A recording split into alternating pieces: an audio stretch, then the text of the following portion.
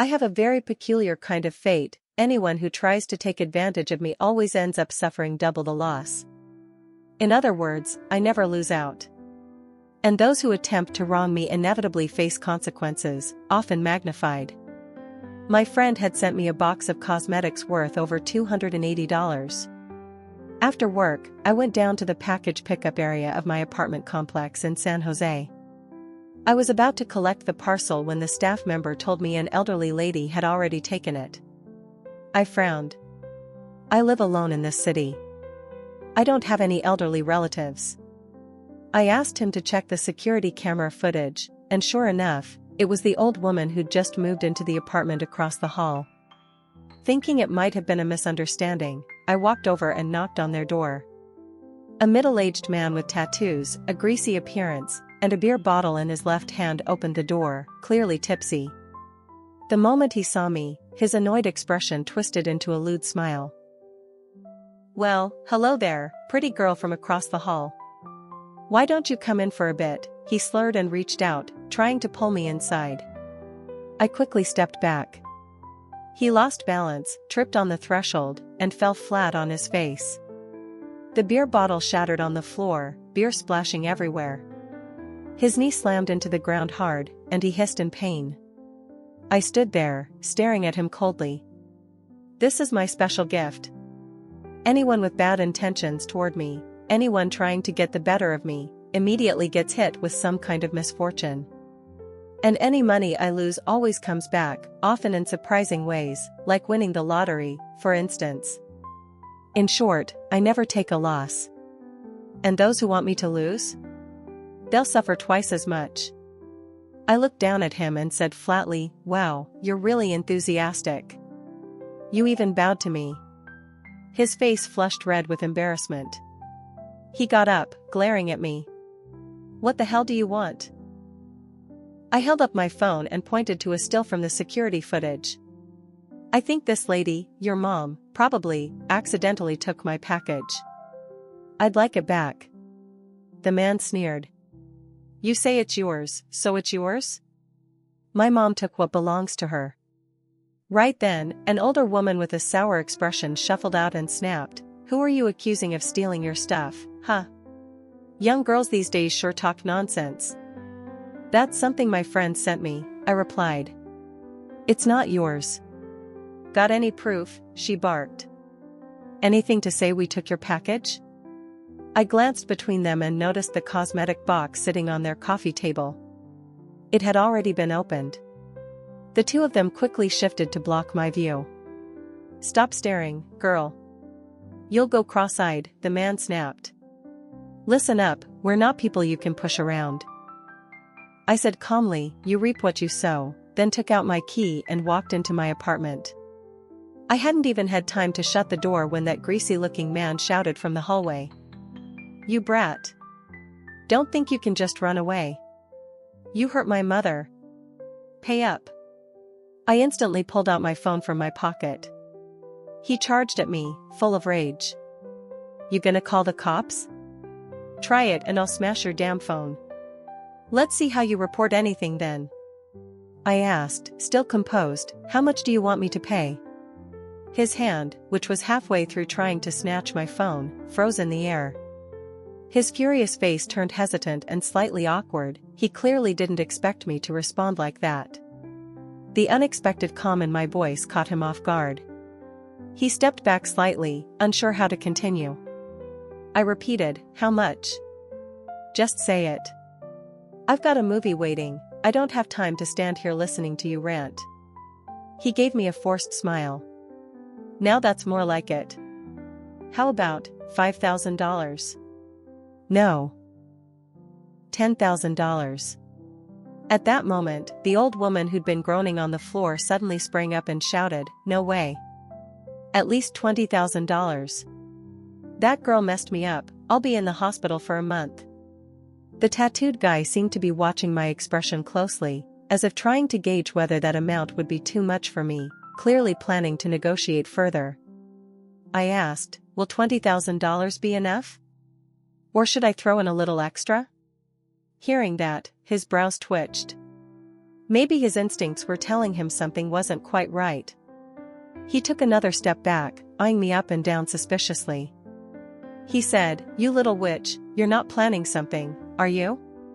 Just so you know, I ain't scared. I just got out of prison.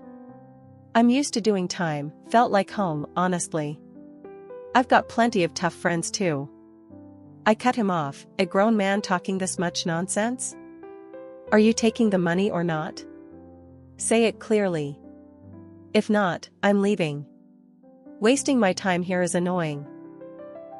He gritted his teeth and snapped, "Of course I'm taking it. You think I'm letting you off that easy?" But before he could finish, I cut in again. "How much?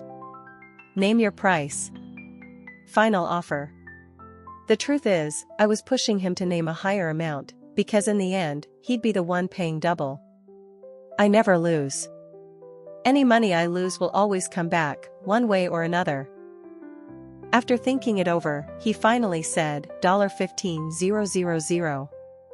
You hand that over, and we're done. You're not involved anymore. I'm a man of the streets, he said. When I say something, I mean it. I keep my word. I didn't say another word. I transferred the money right away. Then I closed the door behind me. From the hallway, I could still hear the mother and son laughing loudly, mocking me and calling me a dumb chicken who just got scammed. I smirked faintly.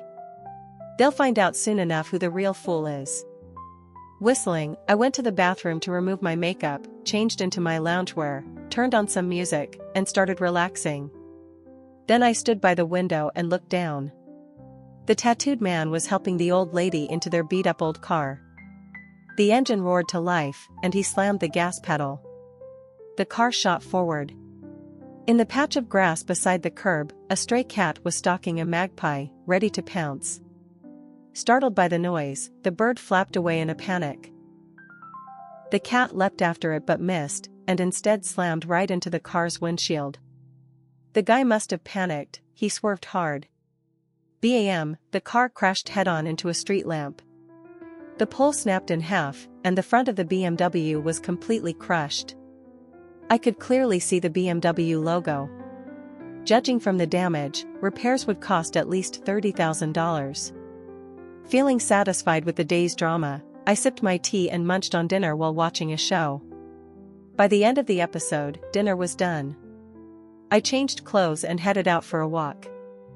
Under the broken street lamp, I saw a tiny Pomeranian nibbling sadly at some scraps beside a trash bin. It only managed a few bites before vomiting, but it looked too hungry to stop. It kept trying to eat again. It was still wearing a cute little sweater, like it had recently belonged to someone. Probably abandoned. Or maybe just lost. Suddenly, I remembered seeing a flyer somewhere, someone looking for a lost dog. The description matched exactly, and they had offered a $2,000 reward. I realized this was the opportunity my special fate had lined up for me. I dropped by a nearby convenience store and bought a few sausages and a leash. After feeding the pup, I put the leash on it. The dog followed me without hesitation. I looked up the number from the flyer and called. The person on the other end was overwhelmed with excitement and said they'd be there right away. 15 minutes later, they arrived, thanked me profusely, and transferred the full $2,000 without hesitation. Of course, I happily accepted it. After this small effort, I'd actually made a profit of $5,000. I was absolutely thrilled, humming to myself as I strolled home. As soon as I walked through the door, I saw a notification pop up in the building's group chat. The tattooed guy from across the hall had just sent me a friend request on WeChat. Without hesitation, I clicked accept. Less than 3 seconds later, he started a video call. I picked up, still half singing along with the music in the background, my mood as bright as ever. Go ahead, I said. How much do you want this time? There was a moment of silence on the other end, then he muttered. What the hell is wrong with you? You're singing while I'm here talking about money. Got so much cash you don't even know how to spend it. I replied flatly, what kind of man are you? Why do you talk so damn much? You still dare to get snippy with me? He snapped. Then he cleared his throat and said, "All right, yesterday I took $15,000 from you.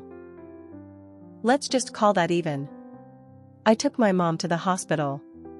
Turns out she's got a minor fracture, needs IVs and all kinds of treatment. Cost me over $4,000. Exactly as I predicted." He kept going. "Don't say I'm going back on my word, alright? After I left, I got into that damn car accident, smashed straight into a light pole. Just got the car back from the shop. Repairs cost $30,000. Yeah, I already knew that. So I think," he continued, "you should share a bit of that loss with me." I said coldly, "All this beating around the bush, and you're still just asking for money. I knew from the start you weren't the type to keep your word." He shouted, "God damn it. I'm a man of the streets. When I say something, it's like carving it into stone." I sneered, "Then what? You're pulling the nails back out now and swallowing them? If you're not asking for money, I'm hanging up."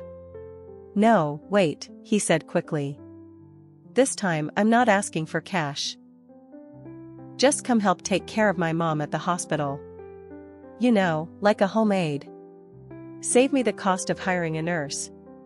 He even said it like it was some honorable, smart decision. That man's head was clearly full of schemes. I asked, "You sure? I'll give you one last chance to think this through. Tomorrow Saturday, I was planning to sleep in. But if you're so eager to invite disaster into your life, I'm more than happy to help. After all, I'm someone who loves helping others." The tattooed guy replied instantly, "What's there to think about? It's settled. Just come early tomorrow, don't make me chase you down." I could even hear his mom shouting in the background. "Yeah, tell that girl to come. Just one look and you can tell she's loaded." I mentally rolled my eyes at their pathetic little scam plan. After the call ended, I took a shower, read for a bit, and went to bed early. The next morning at 6, I got up for a walk, had breakfast, and then went straight to the hospital the guy mentioned. Inside the patient room, the old woman was gnawing on an apple. As soon as she saw me walk in, her eyes lit up, but only for a second before she forced a sour look onto her face. She lifted her chin and spoke like she was some queen giving orders to a servant. "Go buy me breakfast. I want a breakfast sandwich. Make sure it has sausage, egg, and lean pork." She rattled off a whole list of demands. I calmly walked out, bought a breakfast sandwich, then came back and stood there, hands in my pockets, just silently watching her. My stare must have given her chills. She suddenly looked uneasy. "Don't stare at me like that," she said. "What's wrong with you? What kind of person stares at people like that?" "Ugh. It's hot, too hot. This sandwich, why the hell is it so hot?" I replied, without blinking. "Ridiculous. Fresh off the pan, if it wasn't hot, what, was it frozen? You've lived this long and never eaten real food before?" The old lady started puffing like a bulldog, then grabbed a hand mirror to check her tongue. Sure enough, a small blister had already formed on the tip from the burn. The elderly man in the next bed started chuckling. He was there yesterday too when the tattooed guy video called me, so he probably had a good sense of what was going on. When I first arrived, he gave me a pitying sigh, like he felt sorry for me. But now that he saw her suffering some karma, he looked pretty pleased inside. The old lady turned to me and snapped. "It's your fault. Talking to you distracted me." Maybe she was starving. Or maybe she just wanted to prove a point. Either way, she was determined to finish that sandwich. After cooling it down, she opened her mouth wide and started chewing angrily. Cough, cough, cough. After just a few bites, she suddenly started pounding her chest. She'd choked from eating too fast. Panicking, she shouted, "Water! Get me a glass of water. Grab the cup by that empty bed over there." I looked over. The patient in that bed had just been discharged. The cup was still there. It looked like no one needed it anymore. I noticed a thermos of hot water provided by the hospital nearby, so I poured her a cup. This time, the old woman had learned her lesson. She took the cup carefully, blew on it, and took a slow sip. She even gave me a suspicious glare as if saying, "Not today. You're not getting the last laugh." But right in the next second, the bottom of the cup gave out. The hot water poured straight onto her leg. The scream she let out was like a pig being skinned. And the worst part? The burn landed right on the leg that was already injured. Hands still in my pockets, I kept standing where I was, watching the chaos unfold.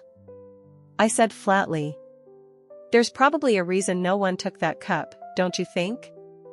The old man in the neighboring bed tried to hold in his laughter, but eventually let it out, full on snorting like a pig.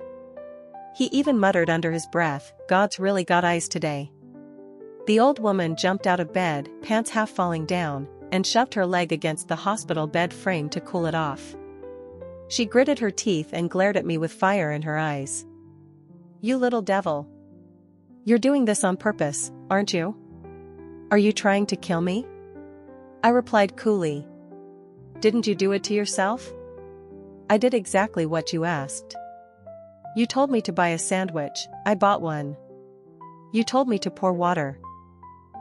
I poured it." She was speechless. Couldn't argue with that, because every word I said was true. Then her gaze toward me changed. There was something strange in it. She muttered under her breath. "Could this girl be cursed or something?" I asked, "So, what else do you need me to do?" She grumbled. "Call the nurse. My leg just got treated this morning, and now the water washed everything off." I pressed the nurse call button at the bedside. Soon after, a nurse arrived. After hearing the full story, she was speechless. She unwrapped the bandages and checked the wound, then said, "Hang on a moment." The nurse returned with supplies and told the old woman to lie back on the bed. But after just a few steps, the woman screamed in pain and instinctively kicked out, almost landing a hit on the nurse. Luckily, the nurse was experienced and dodged just in time. The old lady's face twisted in agony as she yelled, "What the hell are you doing? Why does it hurt so much this time? Do you even know what you're doing?" The nurse replied flatly, "Your leg has blisters from the burn. I need to remove the damaged skin before applying medication." The old woman looked down at her wound, now swollen and covered in glistening fluid, and started screaming all over again. The nurse continued, "Well, maybe next time don't try to pull stunts. You wouldn't be in this mess otherwise." Then she warned coldly, "Be careful, or it could get infected. If it gets serious, you might lose the leg." That shut the woman right up. She froze like a scared quail, no longer daring to complain, just silently letting the nurse continue the treatment. It was obvious the nurse wasn't being gentle today. The old lady's face was twisted in pain like she was strapped to a torture chair and someone was rubbing chili powder directly into her wounds. Meanwhile, I calmly peeled an apple for myself and munched away, watching the show. The old man in the next bed was just as entertained. I reached into my pocket, pulled out a handful of sunflower seeds, and handed them to him. He happily snacked on them while watching the drama unfold. The old woman looked humiliated, sighing and groaning between gritted teeth. She clearly wasn't thrilled to see me so relaxed, grinning and watching like I was at the movies.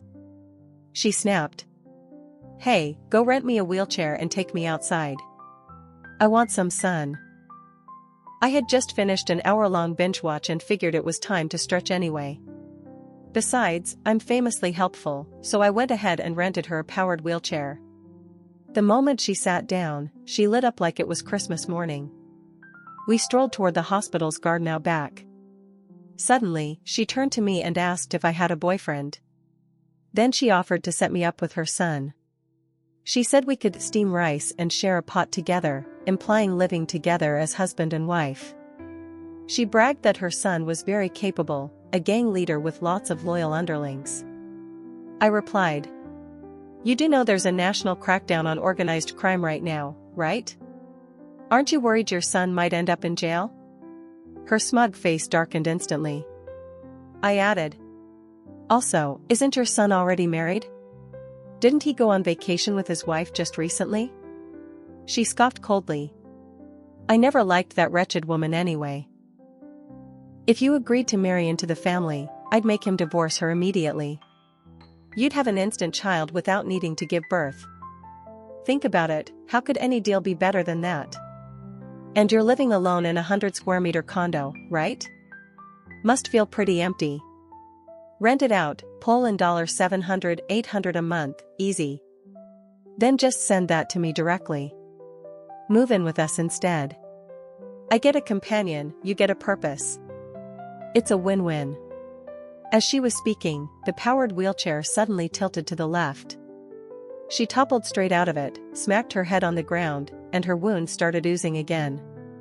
I looked back and saw the problem. The wheelchair's wheel had gotten stuck in a cracked section of the path, forming a small dip. That fall definitely wasn't light. The old woman was sprawled on the ground, clearly in too much pain to get up on her own. She clutched her head and cried out in panic. It's bleeding, again. Then she shot me a glare so vicious it could have melted steel.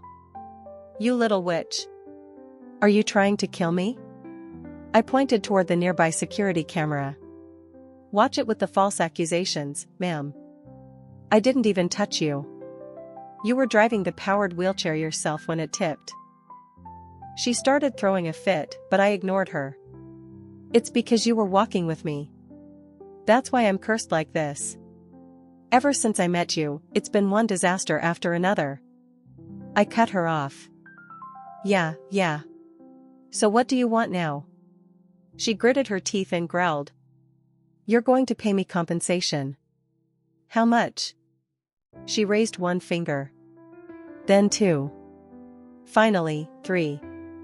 $30,000. I hesitated for a second. That was a lot of money.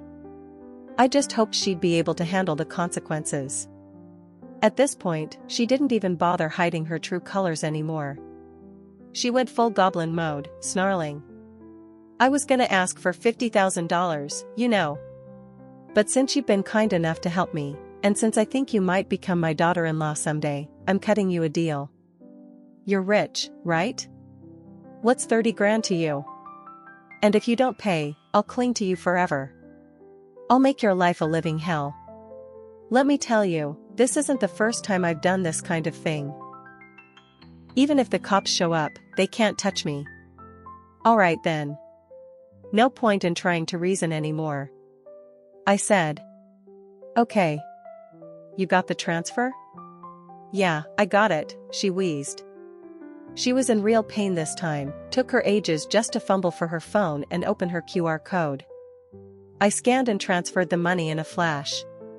She immediately grinned ear to ear when she got the funds, then called over a security guard to help lift her back into the wheelchair. She told me to walk her across the street to the pharmacy to get some band-aids. I glanced at the gash on her forehead, it was still oozing fluid. I said, you need proper wound care. The nurse already warned you, if you don't treat it right, it could get infected. Could mess up your brain permanently. She hacked and spat. Shut up, you brat. What hospital? Do you know how expensive that is? Just get me some damn band-aids. $2 or $3, tops. I couldn't help but mutter. Honestly, I've got to hand it to you. You're broke but resourceful, injured but still calculating. She fired back. You're the idiot. You're not fit to marry into my family. You'd blow through all our money in no time. I burst out laughing. This delusional old bat really thought she was royalty. I refused to go with her any further. She scoffed like she didn't care and sped off alone.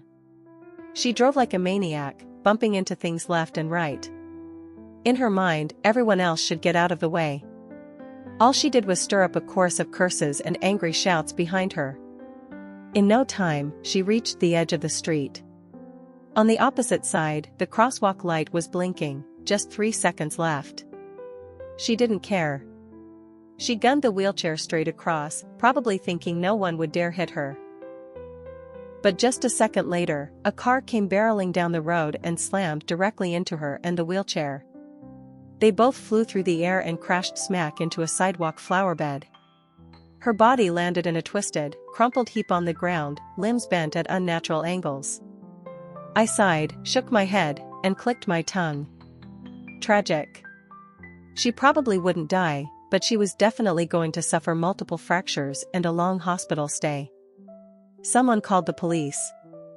They arrived quickly to handle the traffic accident. The driver didn't flee. He was still sitting calmly in the car, waiting. As soon as the cops showed up, he openly declared, "I'm not paying a dime. I've got a terminal illness. I'm gonna die soon anyway. Came out today just to take revenge on the world." He added passionately, "Serves that old lady right for jaywalking. I'm fully in the right. The law's on my side. I don't have money, but I've got a life. She can have that if she wants compensation." Even the cops didn't know what to do with him. He had no weak spot to target. Tell him he'd be executed? He said, "Okay." Tell him he'd go to prison? He nodded again.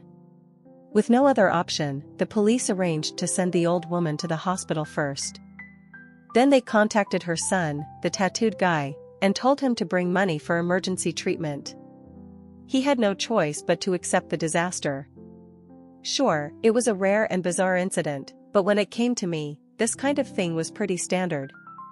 Because, well, I just have that kind of fate. I stopped by a nearby convenience store and bought a bag of sunflower seeds. Ripped it open and shoved it in my coat pocket. Back at the hospital, I sat on a bench in the hallway, snacking casually while watching the chaos unfold. The tattooed guy was running around like a headless chicken, making phone calls begging for money, cursing, paying hospital bills, getting mad again, and then getting kicked out by security. He was utterly overwhelmed, a total wreck. By the time I finished the entire bag of seeds, I got up, fetched a cup of water, and downed it all. A doctor came out and said the old lady had regained consciousness. But he also told the tattooed guy that she had multiple fractures and wouldn't be able to move for a while. She'd need long-term hospitalization and possibly a private nurse. He was advised to get ready for all the upcoming expenses, hospital stay, caretaking services, and more. But what could he do? That was still his mom. He couldn't just abandon her. I stood at a distance, watching coldly. I had given him his chance. He chose not to take it. So now, everything he was dealing with, he'd brought it on himself. I'd seen enough. Time to go. What a day. I was thinking maybe I'd swing by and grab a lottery ticket on the way home. Who knows, might even win back the $30,000 I gave that old hag. Right at that moment, the tattooed guy came storming toward me, teeth clenched tight. I didn't flinch.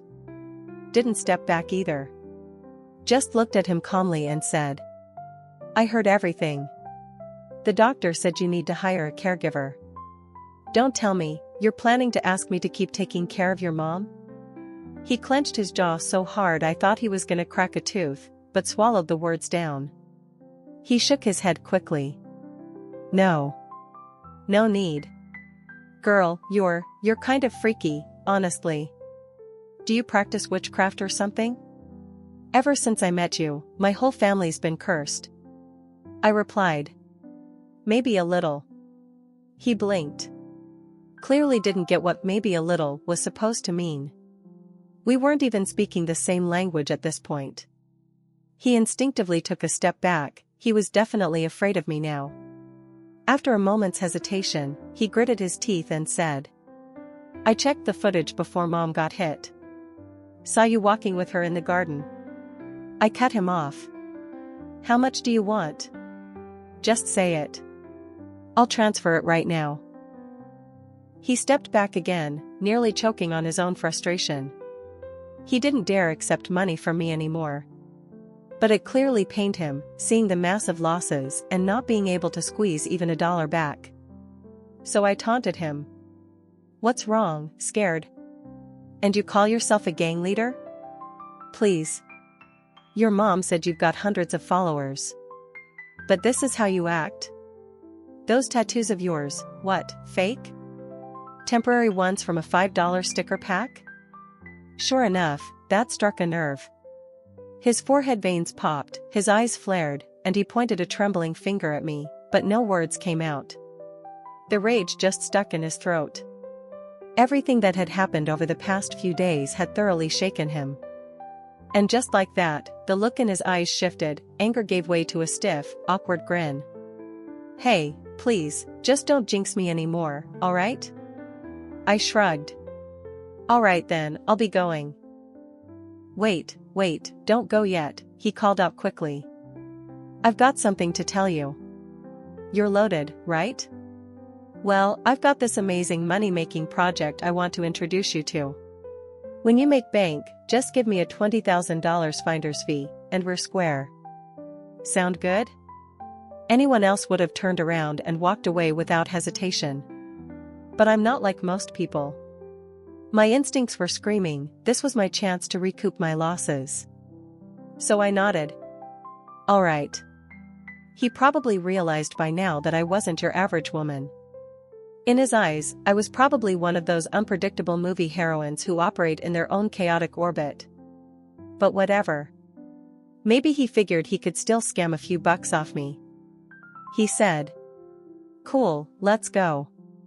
I'll introduce you to my buddy. Just so you know, he's in finance. And he's super good looking. You're single, right?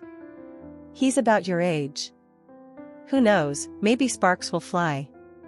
And if you two end up together, don't forget to invite me to the wedding." The moment he said it, 3 words popped into my head: pig butchering scam. I nodded. Sure, no problem. I followed the tattooed guy to a cafe, where I met his friend. I'll admit, the guy looked pretty good, gold-rimmed glasses, well-groomed, charming in a slick, sleazy sort of way. Definitely the type who could talk a nun into buying crypto. He wore a soft, warm smile the entire time, like spring breeze personified. Throughout the conversation, he showed a clear knack for reading women, hitting all the right emotional cues. Smooth talker. It didn't take long before he got to the point. He claimed he was running a private investment fund, his words dripping with honey. Said I could earn 15% profit in just a few days, and he'd only take a 5% commission. Encouraged me to start small, maybe $5,000 or $10,000, just to build trust. Instantly, I recognized it for what it was, a classic pig butchering scam. I couldn't count how many women had been drained dry by guys like him. But I didn't say much. Instead, I added him on WeChat right away, and handed him $10,000 to invest. The tattooed guy played along like a pro. Hey sis, he laughed, when you start making profits, just throw me 2% as a tip, alright? I'm a man of my word. Once I hit $20,000 in referral bonuses, I won't ask for another cent. I nodded, playing my part. Sure. No problem. 3 days later, the scammer sent me back over $10,000. I happily used the profit to buy a mountain of snacks. It felt so satisfying, knowing I was spending money plucked from someone else's sheep. This scam method had already been exposed online, but damn, it still worked like a charm. Because once people see even a small return, they get greedy. They throw in more and more, hoping to strike it rich again. Until one day, boom, they lose everything. But me? I wasn't scared. I transferred another $20,000, planning to milk one more round before reporting him to the police. My original goal was just to recover the $30,000 I lost to that old witch. But I knew this guy wouldn't let me walk away with a full $30,000 profit. He'd probably give me one more small payout before ghosting me. But I'd already planned ahead. Once I reported him, if the cops traced the fraud, there was a good chance I'd even qualify for a reward. Which meant, profit secured. So I did exactly that. 3 days later, he transferred me over $22,000.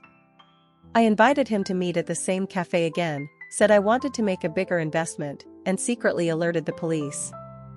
Of course, the tattooed guy wasn't going to get away either. When I mentioned I wanted to invest a large amount, both of them were ecstatic. The financial scammer played the loyal servant/driver role with full enthusiasm. When we met, I handed the finance bro a bank card loaded with $100,000.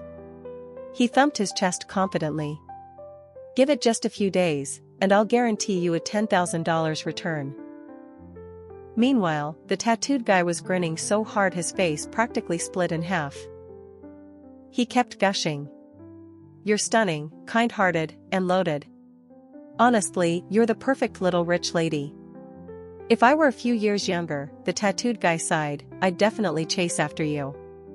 I turned on my phone camera and held it up so he could see his own face on the screen. Instant silence. He choked on his words and didn't dare say another thing.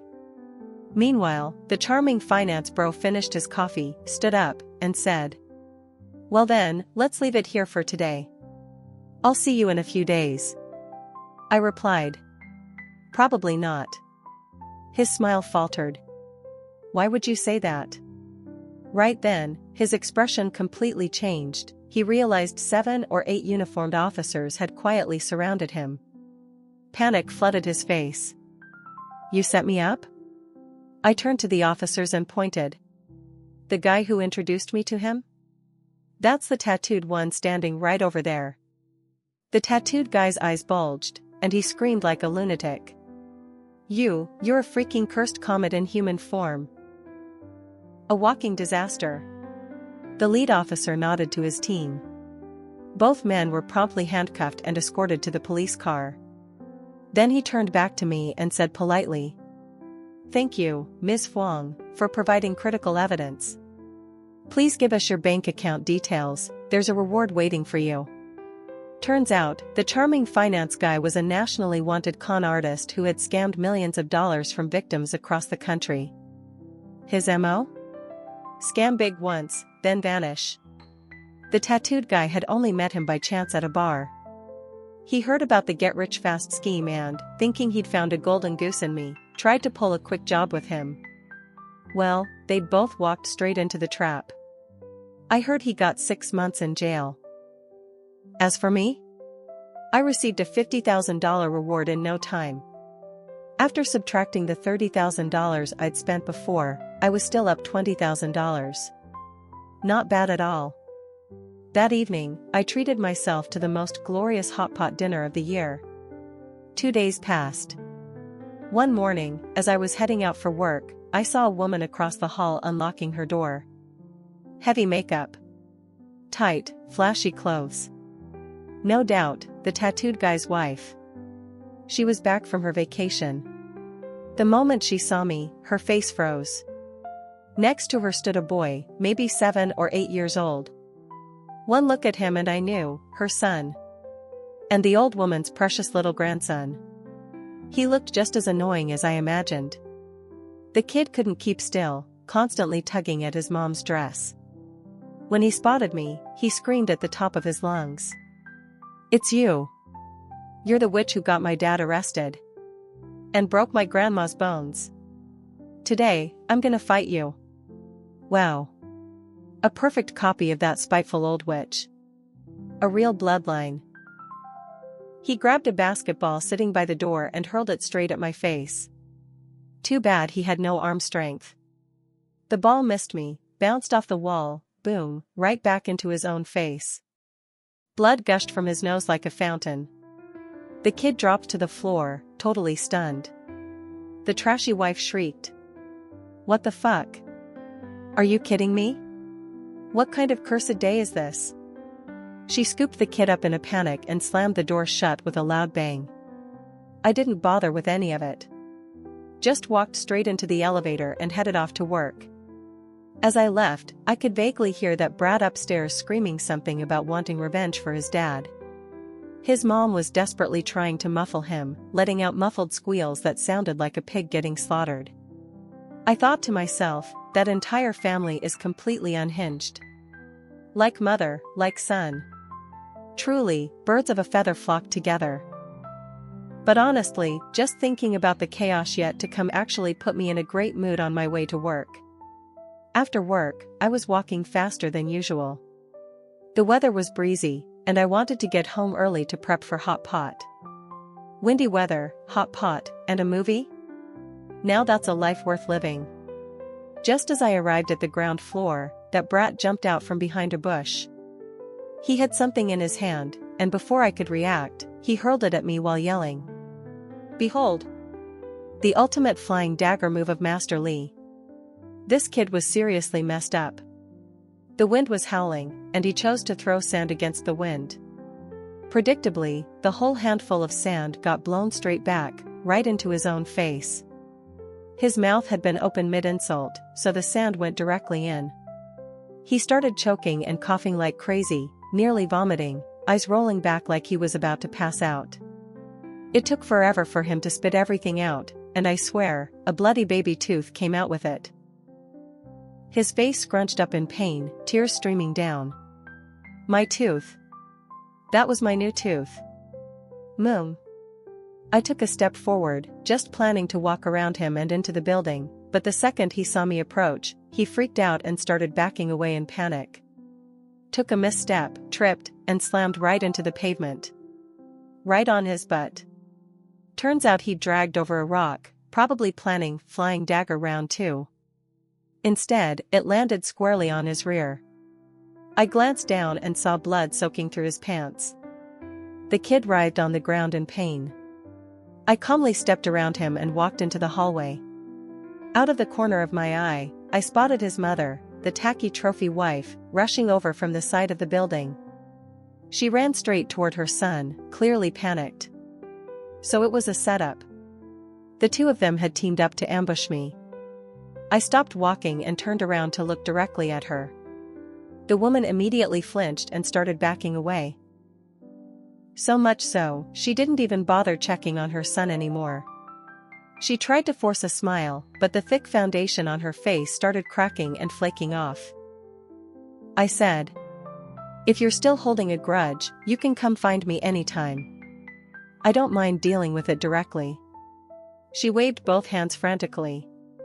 No, not at all. I'm not upset. Really? I'll take that brat home and discipline him properly. Her tone surprised me, it was way more cooperative than I expected. She forced a chuckle and added, "We're both women. Why make things hard for each other? My husband and that old hag? They brought this all on themselves. Don't worry, I'd never seek revenge." And I could tell, she meant every word. She continued, "My husband told me last night, we're selling this place. Said we should just move, take the kid and go somewhere else." I asked, "So sudden? You guys just moved in not too long ago." Her expression looked like she was on the verge of tears. I figured she probably didn't want to sell at first. But after letting her son mess with me and realizing her husband had been right, that something was seriously off. She must have changed her mind. Honestly, with the way that whole family acts, if they stayed any longer, they'd end up destroying themselves from the inside. Compared to the tattooed guy and that hellspawn of a grandma, the wife was clearly the most sensible one in the house. The next day, after I got off work and checked the building's shared entryway camera, I saw multiple real estate agents and potential buyers coming to check out their unit, all in the same day. Just one more day passed, and they were gone. Word was, they had to sell in a rush and took a $20,000 loss on the sale. The new owners? A perfectly normal family of 3. They even warmly invited me over for dinner. I felt genuinely happy inside. But, just a tiny bit nostalgic. After all, that cursed family did help me make quite a bit of side cash. But I guess, all good scams must come to an end. No more free money now.